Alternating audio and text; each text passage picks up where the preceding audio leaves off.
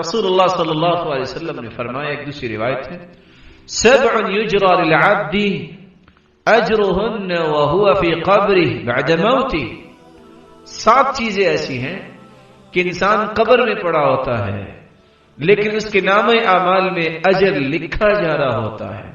من علم علما، جو کسی کو علم سکھا دے، کسی کو کوئی دین کی بات پڑھا دے، وفی روایت اخرى ونشر، اور دین کی نشر و اشاعت کا سبب بنے، نشر و اشاعت کرے، او اجرا نہرا، اور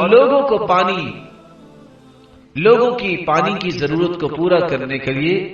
نہر بنوا دیتا ہے، او حفر بئرا، یا گھریلو استعمالات کے لیے کنویں کا بندوبست کر دیتا ہے، او غرس نخلا، یا وہ شجر کاری کرتا ہے، او بنا مسجدہ، یا اللہ کی عبادت کے لیے مسلمانوں کی آسانی کے لیے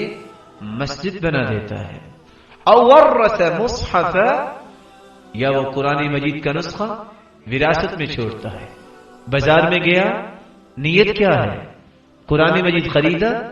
گھر میں رکھتا ہوں، خود بھی پڑھوں گا، گھر والے بھی پڑھیں گے، مسجد میں رکھتا ہوں، کوئی مسجد میں آئے گا تلاوت کرے گا۔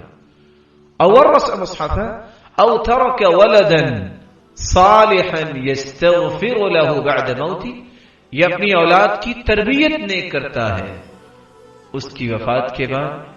یہ بچہ جب دعا کرتا ہے تو اللہ رب العزت اس کے نام اعمال میں بھی اجر لکھتے ہیں، اور اس دعا کی وجہ سے اس کے درجات بھی بلند ہوں گے۔